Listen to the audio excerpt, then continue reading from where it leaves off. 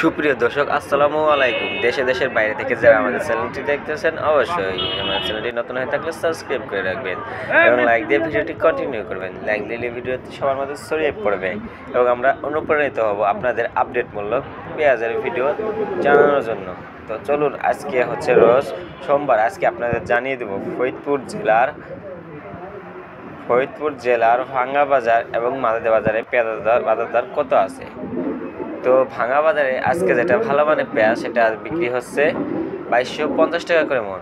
ভালো মানেরটা 2250 টাকা করে মন। এবং যেটা মাঝারি সাইজের পেঁয়াজ সেটা আজ বিক্রি হচ্ছে 2100 টাকা করে মন।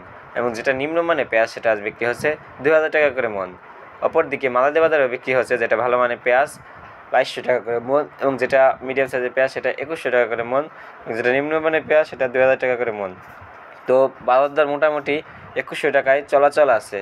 তো আপনাদের নিজ জেলায় পেঁয়াজের বাজার কত আছে কমেন্ট বক্সে জানাতে ভুলবেন না। কে কোন জেলা থেকে দেখতেছেন অবশ্যই কমেন্ট করে জানাবেন। নতুন হয়ে থাকলে সাবস্ক্রাইব করে রাখবেন এবং লাইক দিয়ে ভিডিওটি কন্টিনিউ করবেন। ধন্যবাদ সবাইকে।